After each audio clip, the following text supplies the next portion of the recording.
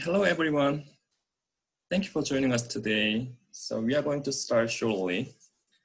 My name is Youngbok Ryu. So I'm a visiting assistant professor at New Mexico Tech. I'm going to moderate today's webinar. So I'm a founding member of Tech Policy Group here at New Mexico Tech and organizing the webinar series with support from Research America.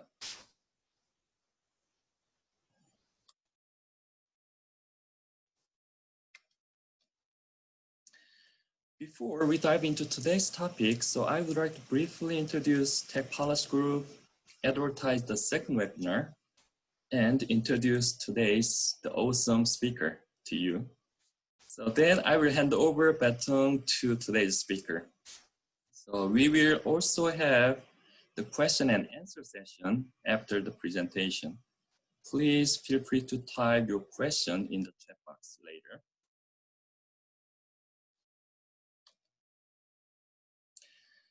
So Tech Policy Group is the first and only science policy group in the state of New Mexico, which is affiliated with the National Science Policy Network.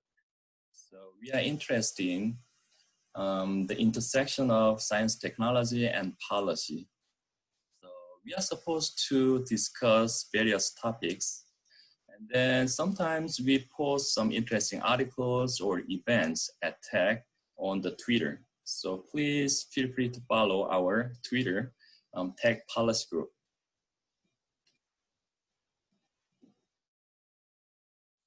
So let me briefly advertise the second webinar as well.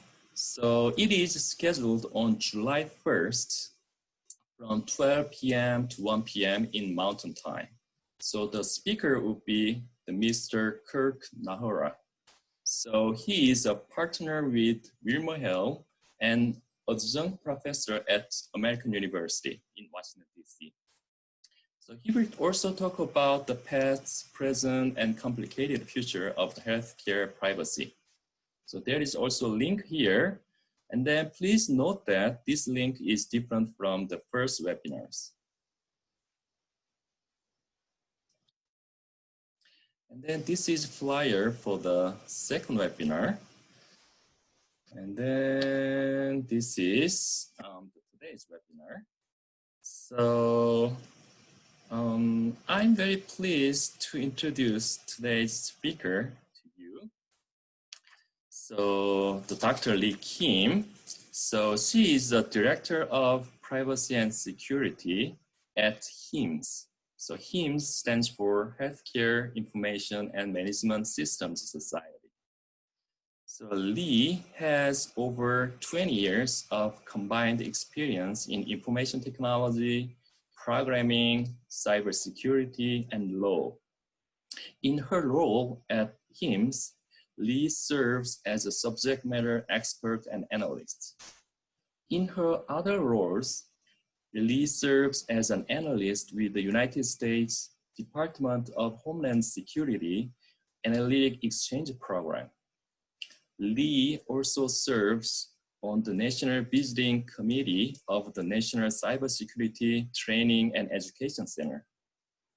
Lee has served on the SENS Securing the Human Healthcare Advisory Board. Lee is a founding charter member of the Cyber Health Working Group as well. Additionally, Lee is a licensed attorney and registered patent attorney with over 10 years of experience as an attorney in private practice and as in-house counsel. So I think now it's your turn, Lee. So please feel free to share your presentation or you can go ahead. Thank you very much. Just 1 second while I share my presentation here. Thank you, 1 moment.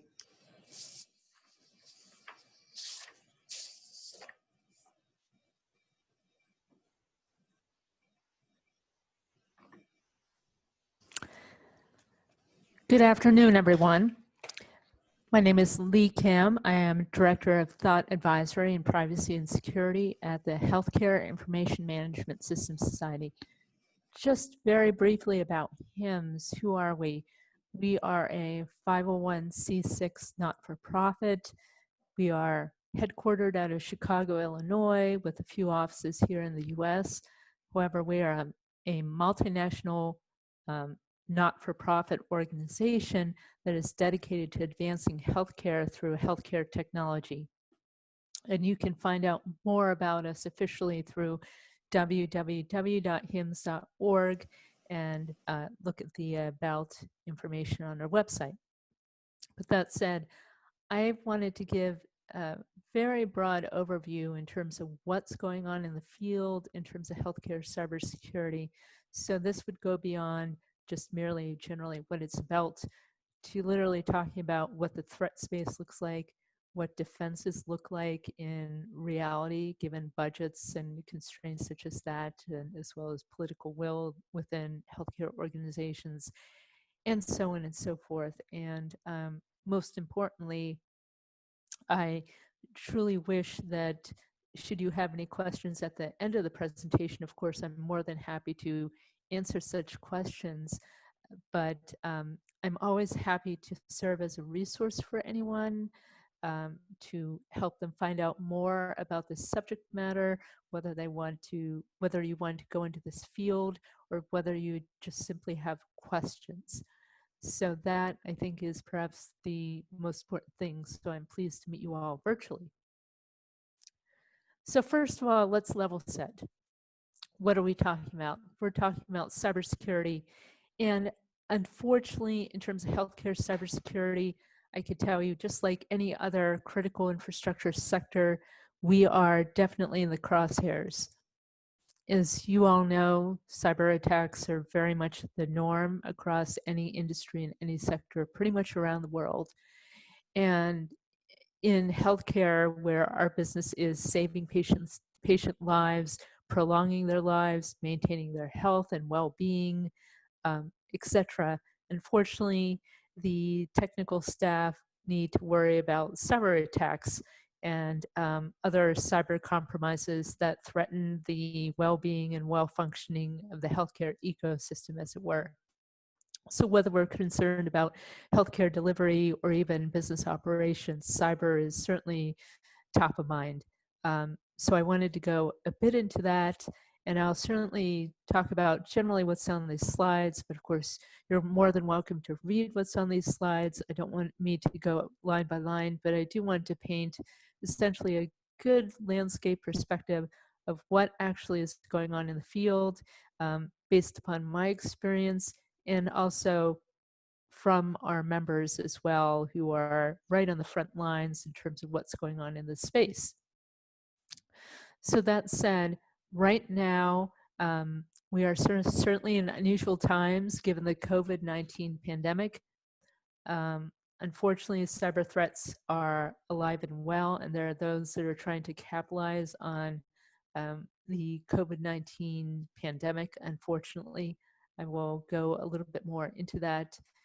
But let's just step back a little bit and say, why is cybersecurity really important in healthcare? And the reason why it's really important in healthcare is because, frankly, because of you and me and our families, our spouses, relatives, brothers and sisters, everyone needs healthcare. And nowadays in healthcare, we all have technology to run it, whether you're talking about radiology scans for a patient, electronic health records, health information exchange, clinical decision support, whatever it is. We all need healthcare, and technology is the engine that runs it. So I think I'm talking to the right crowd here when you understand, of course, that technology, of course, is not like a Turing machine, right? It isn't something that works perfectly all the time. There are bugs, there are mishaps that happen, sometimes unexpected logic flaws, and all kinds of things we have to deal with. But keep in mind, too, that at the end of the day, if any of us were to, let's say, embark upon this journey in healthcare cybersecurity, you have to remember, at the end of the day, there's a person at the other end that's receiving that healthcare. Maybe they're battling through this awful COVID-19.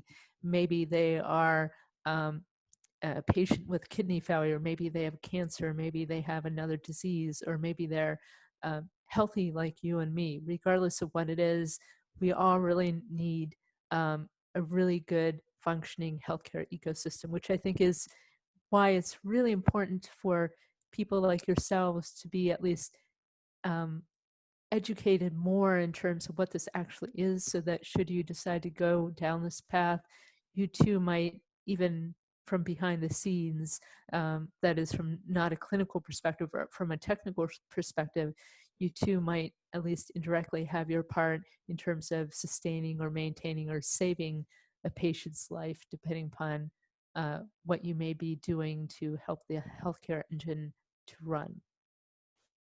So right now, as I said, COVID-19, as you can see, we're virtual here, and just the same in healthcare organizations, telehealth, even amongst the very large healthcare ecosystems, the large hospitals in any city in the US or elsewhere, you name it.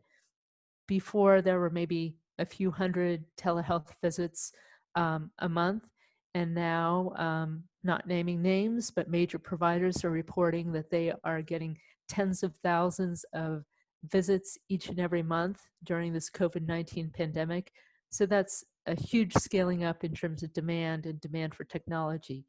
You can imagine that people that are not used to virtually working, such as something akin to what we are, they are literally trying to figure out how to work remotely, separated from their staff. Perhaps some aren't used to the virtual infrastructure, so that's a technical challenge. So you actually have nowadays cybersecurity professionals that are taken away from their current day-to-day jobs to assist with some of that day-to-day technical help, because there are so many hundreds of healthcare workers within hospitals and otherwise that are having to assist with day-to-day technical questions, just because they are not interested, they're not used to working in that technical environment. So let's also talk about cybersecurity in the big picture. Just again, another basic building block. Cybersecurity, the big picture, what are we talking about? Cybersecurity in general. I'm going to mention to you the CIA triad. That's a classic kind of treatment in terms of how we conceptualize protecting information within cyberspace. And that is, you want to protect the confidentiality of the information so that only eyes that are permitted to see that information can see it, so to speak. You want to make sure that the information is protected from a standpoint of integrity, so that the information is kept intact, so that there's no corruption of that data, so that that information is not, for example, inadvertently mixed up with another patient's information, which could potentially lead to some kind of patient safety risk if there were a mix-up in records, for example. Another patient, for example, if there were to be an integrity problem with Joe's medication getting mixed up with John's medication. Well, John may be allergic to a medication that Joe is on, so that could potentially risk his life if there were a mix-up in those records. So that's why integrity is really important. The right information to the right patient is essentially what integrity means. Availability of the information is very simple. Essentially making sure that that information is available to you on demand when you need it. Think of a mission critical situation within a hospital, such as a juvenile that has to get a emergency CAT scan. That CAT scan machine needs to be up and running and connected to the network, pushing the images to the PACS network so that the radiologist can read it on demand as that kid, for example, someone's kid is maybe bleeding or has something urgent going on. That's where availability mostly is very critical, when that patient's life is on the line for whatever reason, where the seconds and minutes matter. So yes, even if you're behind the scenes, you really can make a difference in terms of someone's life. Other things to keep in mind in terms of cybersecurity, pardon me. Of course, cybersecurity deals with protecting information, as I mentioned. So you want to protect various things. your systems, your devices, your networks, your computer systems, the applications.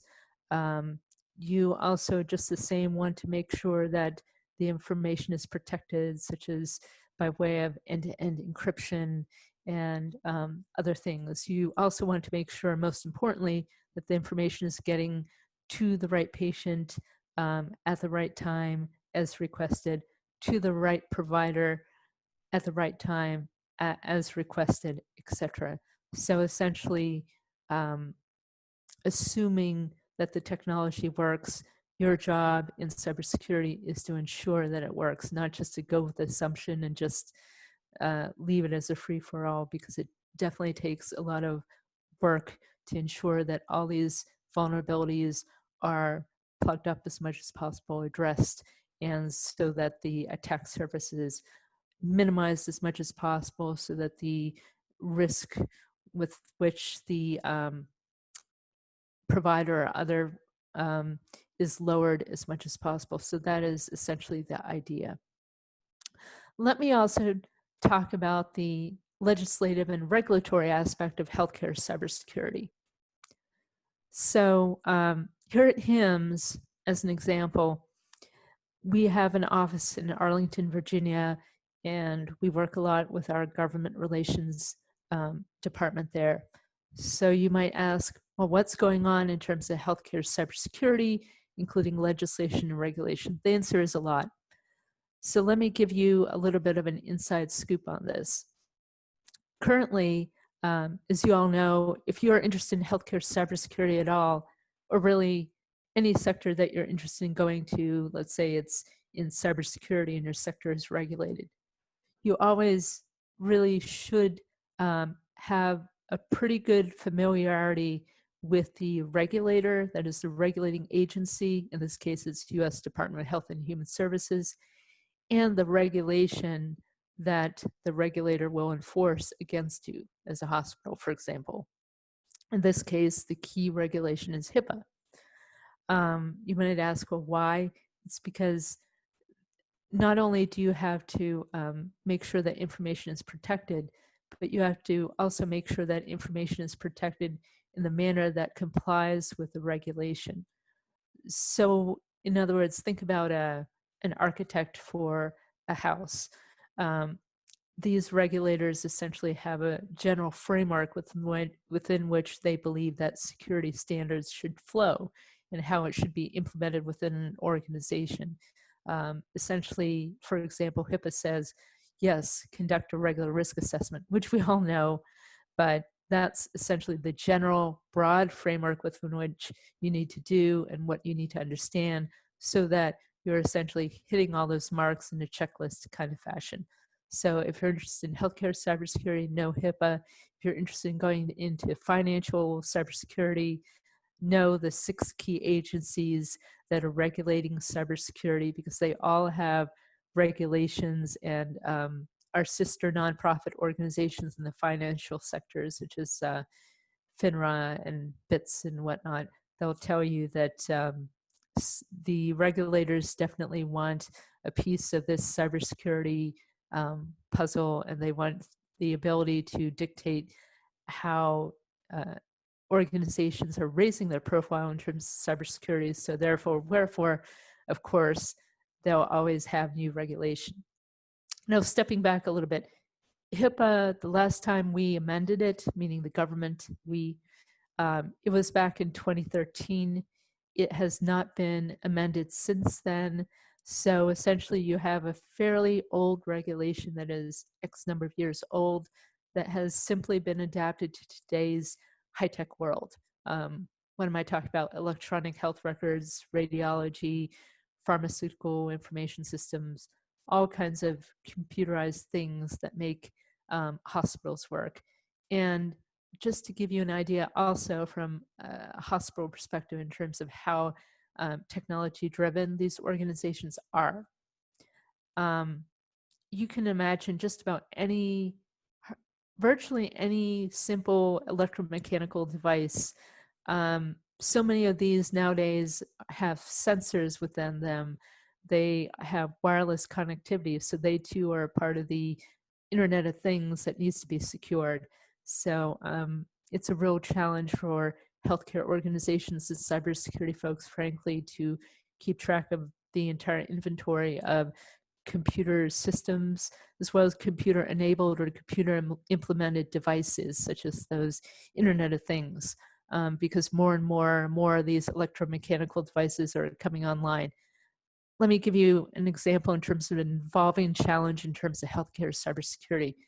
This includes things such as we've likely all been in these modern buildings where they have smart elevators where you go to a certain elevator and you punch the button and it's supposed to make the flow of elevator traffic more efficient and for things to run this way. Well, that's now in hospitals too, as are these other types of smart technologies such as HVAC systems and whatever have you. Again, the simple electromechanical systems that were just standalone kind of dumb devices or machines are now connected, and they're controlled through a computer, and they're invariably connected, and you can dial into them, so to speak, remotely. That may be convenient, but as we all know, once you can essentially access that device from anywhere, you essentially open up that device, at least to the risk of opening it up to the world. So therein is the cybersecurity challenge. So let me emphasize this once more again. There's a direct link between patient safety and cybersecurity. Really, we in the healthcare sector have not fully started to realize this, but the realization that patient safety is definitely on the line as it relates to cybersecurity is a concept that's only come on board within the last, I'd say, 2 to 3 years. Now, it has not been proven yet, or reported, I should say, in the news that a patient has actually died as a result of some kind of cybersecurity mishap, such as a cyber attack or a device being disabled through a DDoS attack, such as a distributed denial of service attack. But that's something that some people, at least in the healthcare industry, predict. Although that mentality sometimes changes because, frankly, the healthcare cybersecurity protections that many healthcare providers, especially the larger ones, is quite tough. So that possibility is there, but we just haven't seen it yet. But keep in mind, too, that, again, the good people that do healthcare cybersecurity really are the superheroes in the background, because they really do help save patient lives by making sure that the computers are running so the docs and other staff can access clinical systems so that the business can function to provide the business of healthcare that keeps people alive and keeps them healthy, or keep them, at least hopefully stable. So that's certainly a good thing. Keep in mind, though, cybersecurity, of course, is not just simply about cyber attacks. It's about things such as the insiders within your organization, people with trusted access within your organization that may negligently put your computer systems at risk because they are playing music, downloading videos, downloading applications or other software into their work machine, which may, for example, unknowingly introduce malware and infect a system, maybe potentially infect a network. Because in terms of hospital networks, this may or may not be news to you, but networks within hospital systems primarily are flat. By that, I mean that they are not segmented, and once you, let's say as a cyber attacker, get inside a network, you can actually, at least in theory, pivot from one node to another node to hundreds or thousands of places until perhaps you get caught, so to speak. So that, my friends, is what's known as, amongst very skilled hackers, an advanced persistent threat actor, APT actor. Sometimes it could be nation state. Sometimes it can be a cyber criminal. But generally, these are pretty savvy folks that can go undetected and within systems for quite a while. So top threats within healthcare. This is based upon our research at HIMSS in terms of top threats. The top threats in order of precedence, as we've discovered through our survey finding and our research, are the following in order of precedence.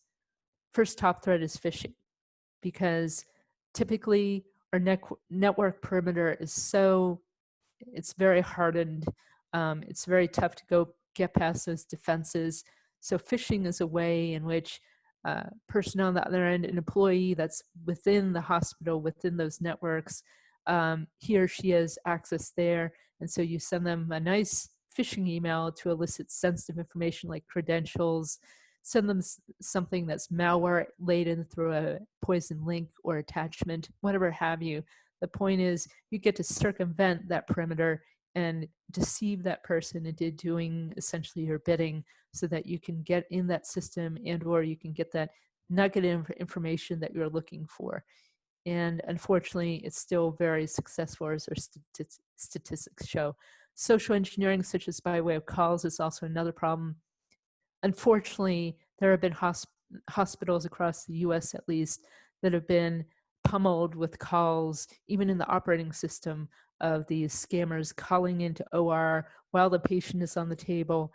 And essentially, they're scammers that are asking for the credentials of surgeons or whomever picks up the phone, which is awful, and it certainly puts patient at risk. But that's another insight into cybersecurity that you may not have heard of. Ransomware, of course, has been really on an uptick since about 2012. Ransomware, since Reviton ransomware in about 2012, has been quite a problem.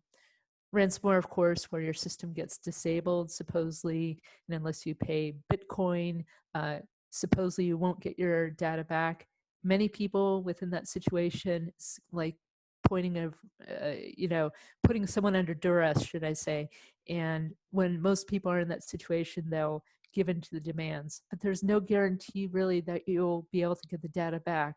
For example, with certain types of ransomware, sometimes it's only been developed halfway, whereby the information gets encrypted in terms of information being scrambled on your computer, but there's no decryption module, so that even if that seemingly kind person on the other end says, sure, I'll decrypt your data, sometimes they just don't have the technical means to unlock it. So that means that if you were ever in that situation, who knows? Maybe you'll get your data back, maybe you won't. Maybe it'll be the complete data set, maybe it won't. That's why they always say backup, restore to your last clean state, etc. And I have some resources at the end that could help you as to that effect. Other top threats you can see here.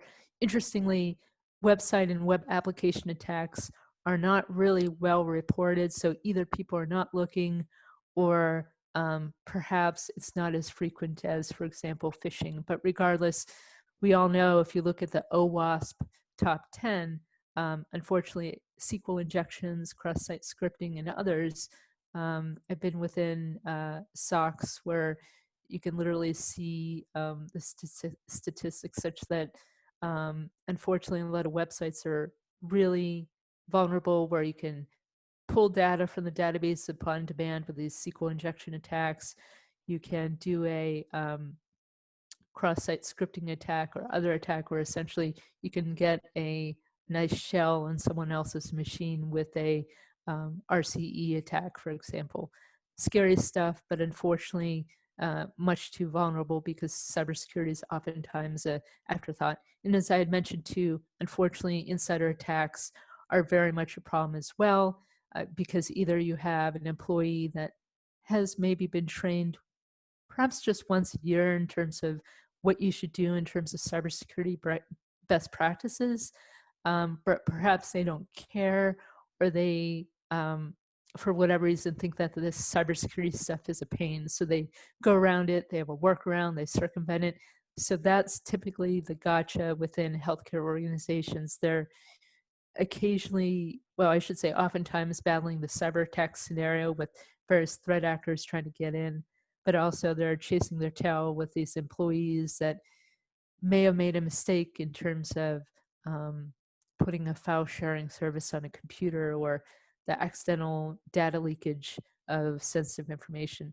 But occasionally, too, organizations have malicious insider attacks. What are these? These are things in which, for example, it could be a clinician, it could be a IT person, it could be anyone really with trusted access. Again, they may be an employee, they may be a contractor, they may be on site, they may be off site. The bottom line is the person has trusted access within your systems. You may be less likely to scrutinize the people with trusted access within your organization as opposed to the external threat actors.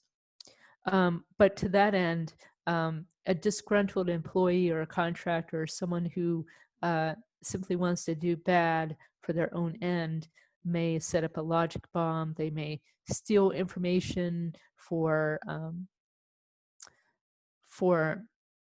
fraudulent purposes such as identity theft and fraud. Sorry for that blip. Things like that. They may steal patient information such as billing information. The list goes on, but regardless, the point is that's generally one weakness within healthcare organizations and frankly, many others, but I could tell you some good resources to read up more on that because it's very interesting, and insider attacks perhaps are the most fatal of them all in terms of types of attacks and compromises, because like I said, very rarely are we willing to question what our trusted people from the inside are doing. Oftentimes it's more looking outwards and looking at the threat actors that are trying to get in, but very rarely from the inside are we even looking, nor often do we have a program to resolve that. Top threat actors, this is essentially a complementary list. Top initial points of compromise. As I had mentioned, frequently threat actors get in through phishing or through human errors. I had mentioned that negligent insider whereby they accidentally let data leak or there's some kind of data breach of some sort. So what are threat actors after? Again, in order of precedence, financial information, typical, right? Whether it's a cyber criminal or maybe it's a nation state actor that for whatever reason needs for their campaign to be funded, which sometimes does happen.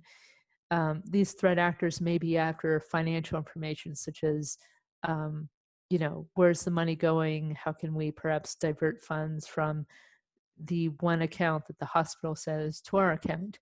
So financial information such as business email compromise is one goal. Another goal, of course, is employee information. True story.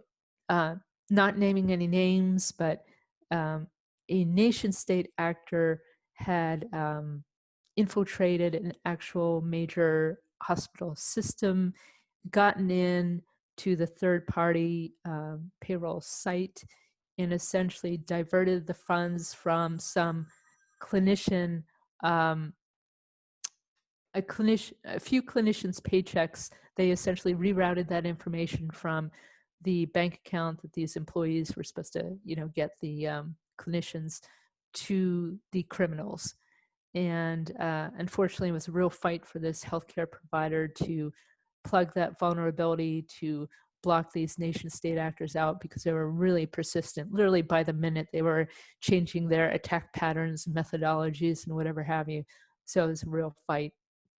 So that's one example in which threat actors for sure are going after employee information. Very scary, but since so many things are online, so many companies, their payroll information is online, that could happen to you or me. So of course those employees got paid, although there was a bit of a delay, but unfortunately the hospital system of course suffered a bit of a loss financially. Patient information, this is especially true when, for example, at your healthcare organization, let's say you have a member of the royalty from another country, or let's say a really high-profile celebrity. Top-notch healthcare providers that provide service to these high-profile individuals do actually experience cyber attacks whereby these individuals' patient records are, their attempts to compromise and instill that information for whatever purpose, whether it's political or other reasons. But this is also another reason why patient information can get compromised because of the high profile target, shall we say. and sometimes it's for blackmail, sometimes it's for intelligence, sometimes it's for other reasons. Threat actors may also be after intellectual property. This is especially true for academic medical centers, maybe, and unfortunately, this is happening at healthcare organizations that are working on COVID-19 therapies and treatments. Unfortunately, the IP is being targeted, and the theory, at least, is certain countries are racing against us to find a cure, or perhaps they're trying to interfere with our treatment, or so they say. But politics aside, this is unfortunately what happens day to day at academic medical centers and others. And unfortunately, the baseline level of cybersecurity at healthcare organizations that do research, both public and private sector, tends to be lower mainly because of the culture. Researchers tend to want to share, they're more open, they're more willing to help. So perhaps that phishing attempt may be more effective, or maybe the cybersecurity controls may be less tight. But unfortunately, I could just say generally across the world, that's a cultural problem. So phishing. As I said, phishing is a key way, unfortunately, that these threat actors are getting in, especially now. Phishing has always been a threat, but now that it's, unfortunately, we're within the day and age of COVID-19, the phishing attacks have changed their stripes so that these threat actors follow the news cycle. And if there's a new treatment as it relates to COVID-19, or if it's something about personal protective equipment, PPE, or whatever have you, they'll essentially dress up that deceptive email or message in something that seems very newsworthy, that will get your attention, that feeds on fear, greed, or other visceral things that might make us react. And actually, especially sophisticated phishers or online scam artists, they actually can target you during times when, for example, they might also take a glimpse at your calendar and see that you're busy these certain times, or maybe it's in the morning or very late in the day, and maybe you're just rushing to get out of there, or you still haven't gotten into your first thing. You might not be paying attention during that meeting or during some kind of odd time of day, and so maybe your guard is down, whereby normally you'd say, this looks suspicious, let me just hit delete. You might actually open it out of curiosity, but trust me, folks, that's typically the wrong thing to do.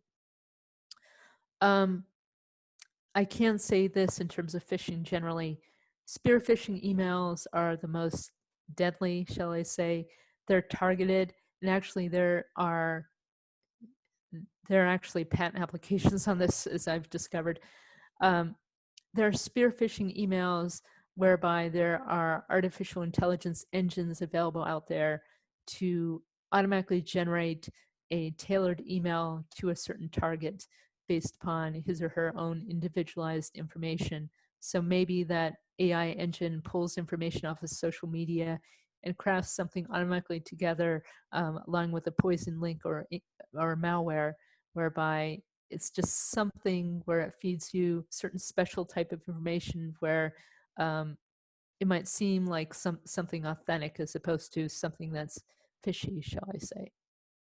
So I do have various examples in terms of phishing and whatnot, and you can certainly look through that. As you can see in the slides, I've put in various visual cues in terms of what's wrong with this email so that you can get acquainted. But interestingly enough, according to our current research, both general phishing, which is essentially mass phishing emails sent to just about everyone under the sun, a lot of people in healthcare organizations still fall for it. It could be even something that's COVID-19 related. Again, the point here is not that it's technically savvy or really sophisticated. It's really fooling the human, exploiting them in a way. And of course, there's spear phishing, where it's something more targeted as to an individual recipient or perhaps an actual department. Let's say that this were to go to a legal department. There's an allegation that the Fair Labor Standards Act has supposedly been violated, or perhaps it's sent to a compliance department, and perhaps that person would be more akin to click on it. And as you can see here, something that's widely done in social media and sometimes emails with shortened URLs, you oftentimes, of course, can't see where that leads to. So it's very easy to hide a malicious link there. A really great website where you can essentially deploy an actual URL within your web browser and have it sandboxed and run on a third-party host and not your machine is urlscan.io. And through services like that, you're running in a sandbox, it won't affect your machine, and it'll report back to you whether or not it's a clean or a dirty link, so to speak. Dirty meaning, of course, malicious. Security defenses. Let me just say a few words on this. So you might be surprised, according to our research, according to our surveys as well, almost everyone nowadays has antivirus software and firewalls, but not everyone. It's a little bit unusual because when I personally started out on the internet, I guess I'll admit 1990, firewalls and antivirus software, that was all the rage back then. But we're talking so many years later in 2020, and not everyone still has an antivirus and firewall software. And that's very interesting. But nonetheless, that is a major hole, folks. If there are basic controls to have, it is at least those things. And for anyone that wants, I'm more than happy to give you a list of basic security controls versus advanced security controls in terms of what hospitals generally should have, so that you have an idea of, you know, level 1 versus level 2. Multi-factor authentication, that's increasing, but it's not universal. It's kind of 50-50. Encryption at rest and in transit is much better, but again, not 100%. Just think, all this information, including protected health information, patient information, is being sent in the clear. So all that you need to do is tap in, read that stream, such as using a tool like Wireshark. You have all that information. I'm not recommending or advocating it, but it's a little bit shocking. Many organizations, too, do not have tools for patch management. It's a struggle also within hospitals that are 24/7 to find the downtime to actually do the patching. So oftentimes they have to take the most critical patches to deploy, and then yet that's still a struggle. And sometimes patches too, as you all know, cause operational issues or may sometimes lead to other security bugs. But as a colleague of mine, Dr. Don Song, would say, when there's more of a window between when the patch was released versus your patching that vulnerability and that's left unpatched, the longer window of time you have for that attacker to swoop in and essentially wreak havoc. So that is kind of a shame. In other words, that patch can be reverse engineered, exploits may be crafted, etc., to take advantage of that vulnerability. So a bit scary. And in fact, WannaCry would never have happened had people deployed that Microsoft patch in a timely manner, and had we frankly not had so many of those legacy systems. But let's just face it, folks, if you have Windows XP still, it's anyone's game. There are at least 3 major ways that you could get a remote shell in someone's machine, like a remote code execution. And it's just so easy. And with the WannaCry exploit, let's say you're in a Linux box and use Metasploit, again, not advocating this, but with a vulnerable machine, at least in theory, it takes about 90 seconds sometimes to target a vulnerable machine. And you just simply run that script and you're in, and it's just like you're at the command prompt or whatever have you, the command line, so that you could do whatever you want with that machine. It's essentially yours. Again, a little scary, but unfortunately that's out there. Data loss prevention software, again, another huge problem. Even in this day and age, there are clinicians and others that are still emailing to their personal email accounts sensitive information. it could be someone in the accounting department that's emailing themselves sensitive financial information because they don't want to be stuck in the office and they want to take their work home so that when they're at home or they're on vacation, they'll be able to work it. Unfortunately, so many healthcare organizations do not have even data loss prevention software, even though, you know, that's been all the rage the last 5 years, but still cost is sometimes a problem. Sometimes people say it slows down performance, but that I'm not sure if that's really a colorable argument much anymore. And of course, tracking assets within an organization is a challenge. Like I said, maybe your procurement program is airtight, which would be great, and maybe you can keep track of everything. But more often than not, you have all kinds of people procuring, acquiring equipment and other devices. There's so many things, as I had mentioned, that are computer enabled, computer implemented, and now that network connectivity. You remember that smart elevator example that I had, or infusion pumps invariably are connected. And so many hospitals have tens of thousands of infusion pumps that are online, sometimes almost always network accessible, and so on and so forth. You go on a Internet of Things scanner like Shodan or Census, and you'll see how many devices in healthcare are exposed. So that's unfortunate. So as you can see, we need a lot of help within healthcare cybersecurity.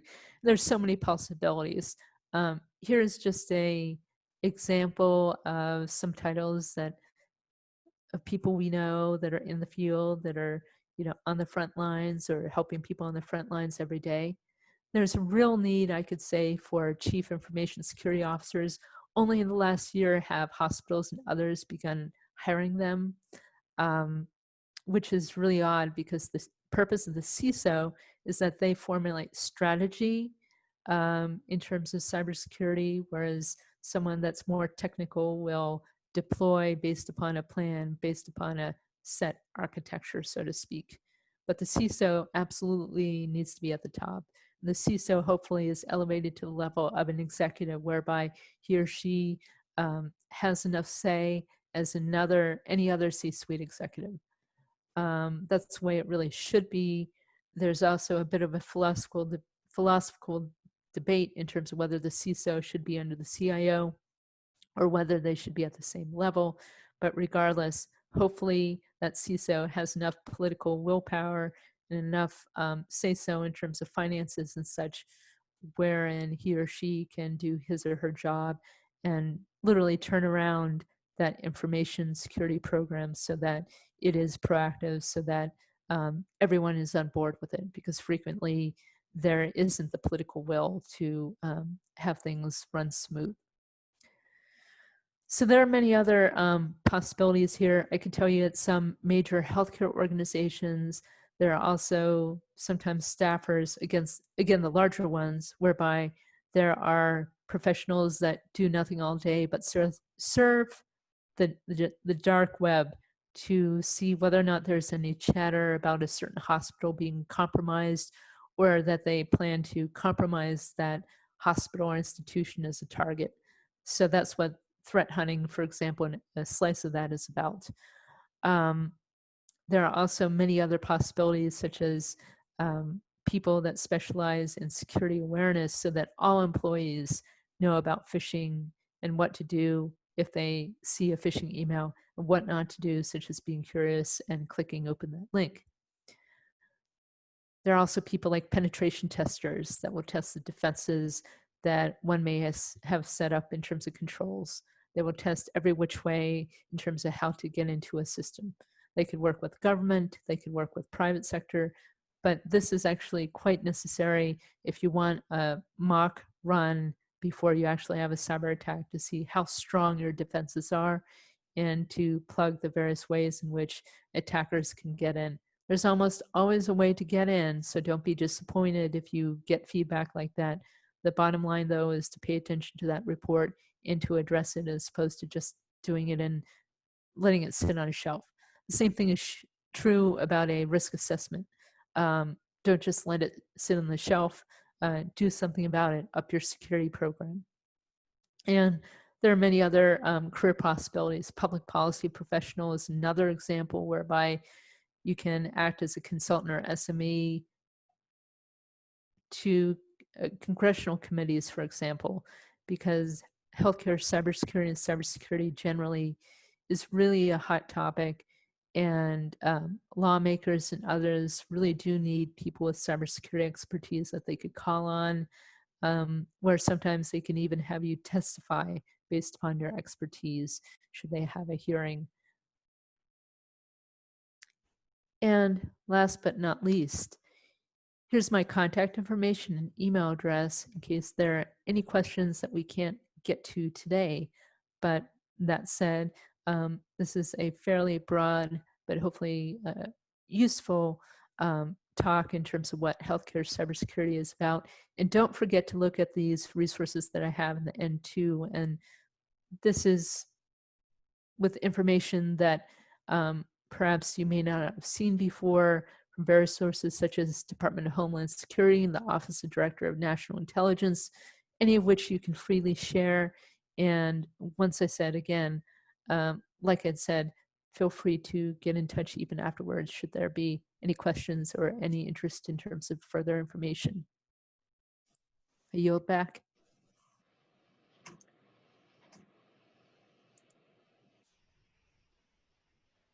Thank you, Lee. So I really appreciate your presentation. So we have a couple of questions from the chat box right now. And then after addressing this one first, and then maybe we can also receive some questions directly. Oh, yes.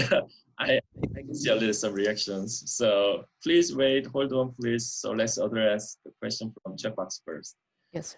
So Lori asked you, how do you feel about installing and using the contract tracing on your cell phone? I think this is more about the COVID-19. So what do you think? Yes, absolutely. So that's a great question. There's actually a video that I recently produced with my colleague on that from a public policy perspective that I could share with you on that. It was a talk for the National Conference of State Legislators, so that fits in nicely. So in a nutshell, let me just say, it depends upon the technology.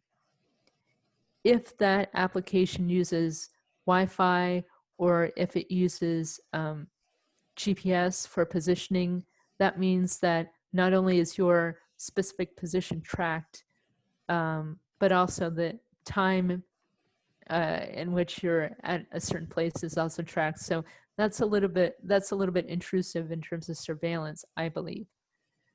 On the other hand, if the application uses something like Bluetooth technology, wherein it doesn't track your true location, but rather the way these applications supposedly work, at least in theory, is that a person that tests positive for COVID-19 will voluntarily use that application and essentially have their application running on their phone. And should you cross paths with them, let's say you interact with them supposedly for more than 15 minutes and you're closer than 2 meters or 6 feet, then you may receive a notification on your phone saying you may have been exposed, you may need testing, etc. So I suppose that if the technology were not so intrusive, I'd have less problems with it. On the other hand, this being a pandemic, in my person, as a person only having one body, one life, it's a serious consideration of, am I being too concerned in my privacy and too little concerned about my health? So I think, while I would personally prefer something that's Bluetooth based, that may change should this pandemic get a lot worse. I may want that extra assurance myself, if that's helpful. And again, I would be more than glad to share that YouTube video if you don't mind. Lori, if you have follow-up question, feel free to ask her directly right now. Hi, this is Lori. Thank you for your presentation, Lee. That was very good. So yes, I am interested in your video. Maybe put it in the chat. and I agree with you about it is so hard to discern whether you want to follow through installing contact tracing app on your phone or not. And it's just tough. So thank you for your opinion. Yes, of course. And in just 1 second, I will be able to share that link with you all as well. But I am listening. Okay, the second question is from the Pamela Blackwell. So she is a director of policy and communications for the New Mexico Hospital Association. So her question is that, is there any federal funding and grants for health IT that would cover infrastructure necessary for up-to-date IT systems that have cyber risk, as well as training for staff on cybersecurity? Sure. I can tell you this one data point. Grants, unfortunately, I'm not aware of, that may or may not exist, but unfortunately, I don't know. But I can tell you that one thing federally that is being pushed by the cybersecurity community is that as you know, there are exceptions and safe harbors under Stark and anti-kickback, whereby, let's say, one entity can subsidize investment in X, Y, or Z. For example, one classic example in terms of health IT is electronic health records, right? The provider can subsidize X%, and assuming that the provider can sublicense that EHR software downstream to, let's say, a physician practice, that would not be deemed to be prohibited against that. So that would be a subsidy. The same thing we've been, I should say we, meaning the cybersecurity professionals, not specifically as to HIMSS position. I don't believe that we necessarily take a position there, but cybersecurity is one of the ways in which we believe, meaning the community, that it could be subsidized through the Stark anti-kickback set of rules and laws so that it's more affordable. Let's say the larger provider guy is subsidizing someone that's more downstream. If Pamela, if you have follow-up questions, yeah, feel free to do so. Sure. Thank you so much for the presentation. And this is top of mind. We've had a cybersecurity workshop actually maybe a few months before COVID happened and everything.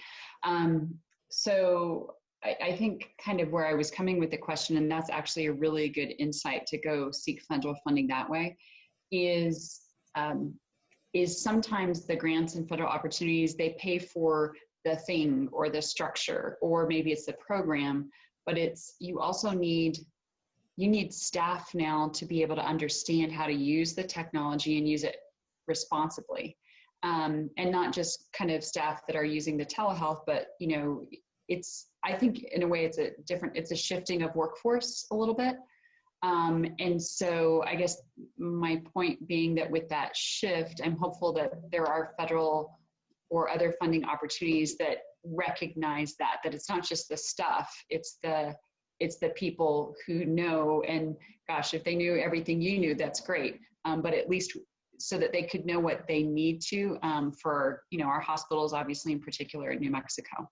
So maybe more of a comment than a question, but thank you, because it's caused me to think about things in a different way too. Understood. Thank you. And then we have another question from Thomas. So Thomas, why don't you just ask her directly? Okay. I am an insulin-dependent diabetic with both an insulin pump and a blood glucose sensor that are Bluetooth connected. And recently, through our healthcare providers and everything, I'm being bombarded by requests to hook me up to various people who want to monitor the results of this for me. But when I read the terms of service on these contracts, they are incredibly biased in favor of these people having no responsibility or liability for what I consider to be very private information. And I'm wondering what's going on with this, that, you know, if our health insurance would like me to use these, shouldn't they actually be a balanced terms of service? Right. Well, let me be totally honest. Unfortunately, that's what you would expect with reading terms of service that was drafted by a lawyer, that, you know, all that they see really is their client's perspective, not that balanced perspective, which I understand that puts you in a very tough spot, of course.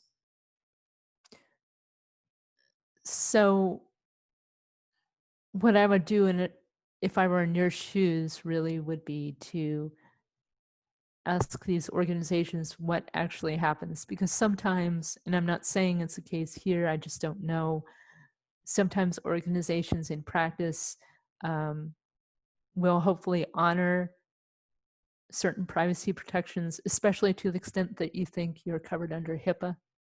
Yes. So what it says in the legalese may or may not matter. So again, I'm not representing anyone here, as you know, but that's how I would do it if I were in your shoes, to like really ask them specific questions point blank. Perhaps there's also a privacy officer at the organization that can hopefully assure you of those concerns. Or if they can't, then I guess there's that determination. Or maybe there's perhaps a low-tech way for you to share that information, sometimes old school. And again, I guess you can see from my age, sometimes I believe at least old school is sometimes better than new school. Thank you. If there is other questions, please press the reactions. So, and then I can give you a priority to ask her a question.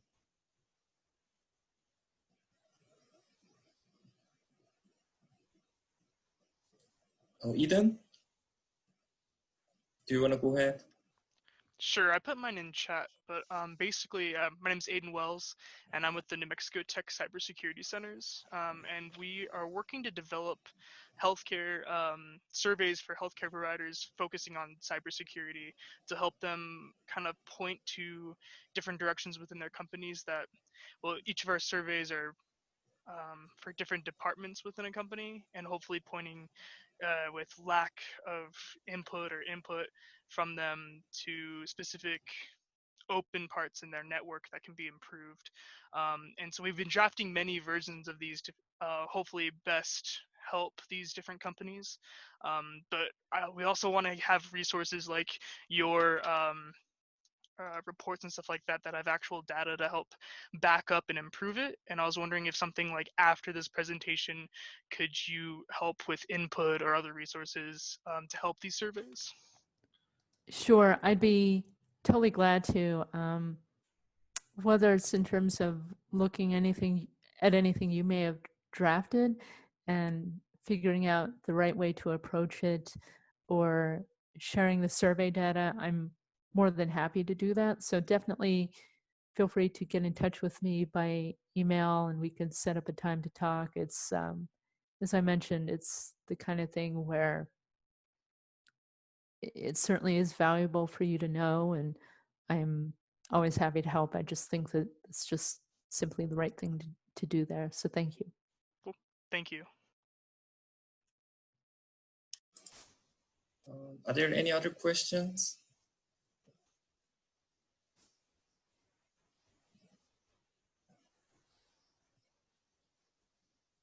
Okay, so it looks like there's no question anymore.